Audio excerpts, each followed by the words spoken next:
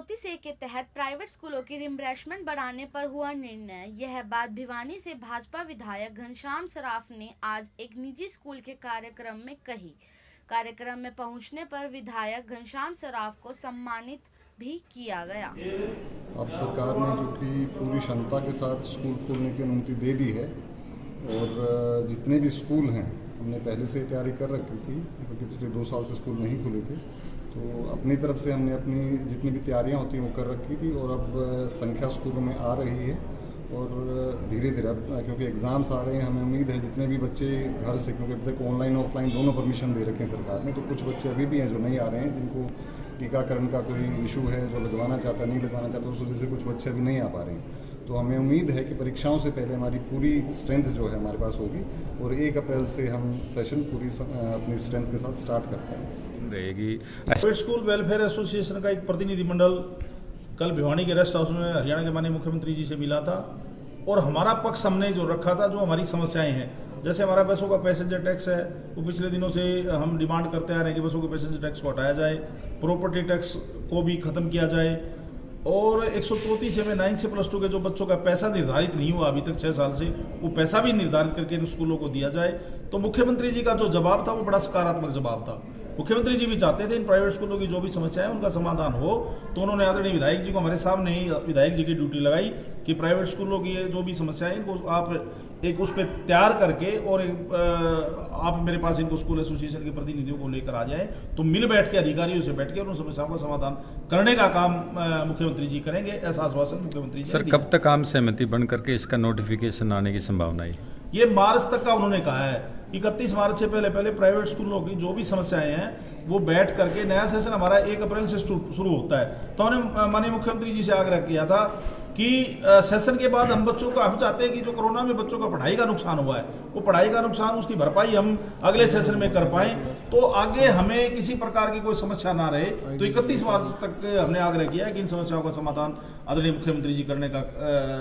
वो करेंगे और विधायक जी भी पूरी तरह से विधायक जी ने भी हमारा सहयोग किया है और मुख्यमंत्री जी ने हमें आश्वासन दिया कि आपकी कोई भी समस्या, आप अपने बच्चों को, हरियाणा के बच्चों को क्वालिटी एजुकेशन देने का काम करते हैं और हम भी, जो मुख्यमंत्री जी का नारा है कि पढ़ेगा हरियाणा तो बढ़ेगा हरियाणा, उस नारे को कहीं ना कहीं सार्थक अगर करते तो प्राइवेट स्कूल करते। दिल्ली ऑप्टिकल्स, यहाँ पर आपको मिलते हैं सभी ब्रांड के हर प्रकार के चश्मे, frame, sunglasses, wrist watch, wall clock व स्मार्ट वॉच। दिल्ली ऑप्टिकल्स 1982 से शहर का बहुत ही विश्वसनीय संस्थान रहा है। यहाँ पर हर प्रकार के चश्मे व घड़ियाँ शहर से किफ़ायती रेट पर उपलब्ध हैं। मैं यहाँ पे काफ़ी टाइम से आ रहा हूँ, मैंने काफ़ी चश्मे यहाँ से लिए हैं और यहाँ पे रेट और सब चीज़ें काफ़ी अच्छी हैं और काफ़ी अच्छी ब्रांड्स हैं और न्यू लुक। स्टूडेंट लाइफ से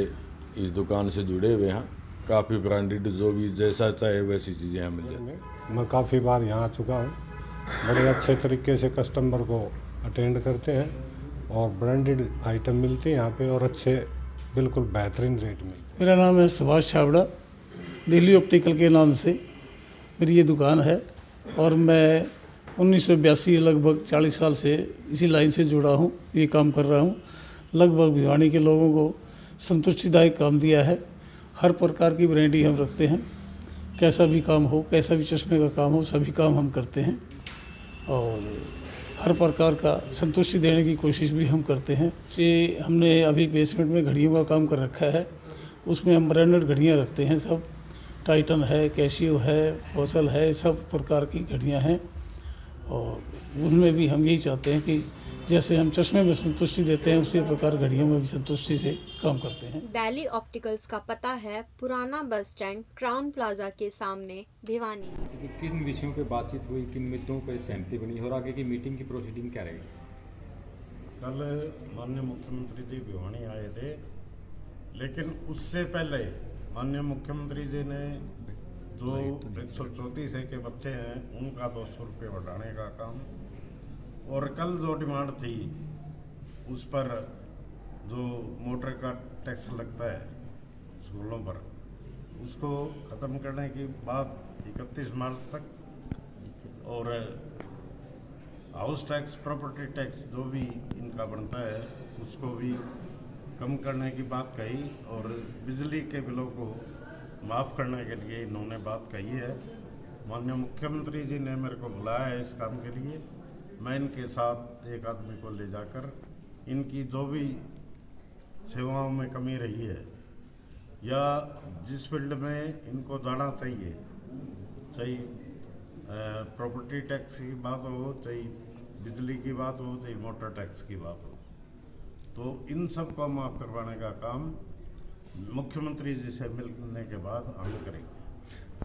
मैं तो ये कहना चाहता हूँ कि प्राइवेट स्कूल बहुत सोफिस्टिकेटेड टीचिंग की लाइन में है, क्योंकि कई बार ऐसा होता है कि बच्चे जब स्कूल नहीं आते उनकी परीक्षाएं कराना बहुत टेढ़ा काम होता है, लेकिन फिर भी ये उन बच्चों की तैयारी कुछ घंटों में या कुछ दिन में करवा के उन बच्चों की परीक्षाएं दिलवाना और समय समय पर उनके घर वालों से संपर्क में रहना, ये सभी प्राइवेट स्कूल्स के टीचर्स काम कर रहे हैं और जो अभिभावक हैं वो भी इस बात को लेकर संतुष्ट है। कोरोना का पीरियड गया, उसमें एक दिन भी स्कूल नहीं खुला, लेकिन अब हमारी सरकार ने पूरी स्ट्रेंथ के साथ स्कूल खोलने के लिए सबको कह दिया है, जो पूरे भारतवर्ष में 1 नंबर पे आता है। करीब सामान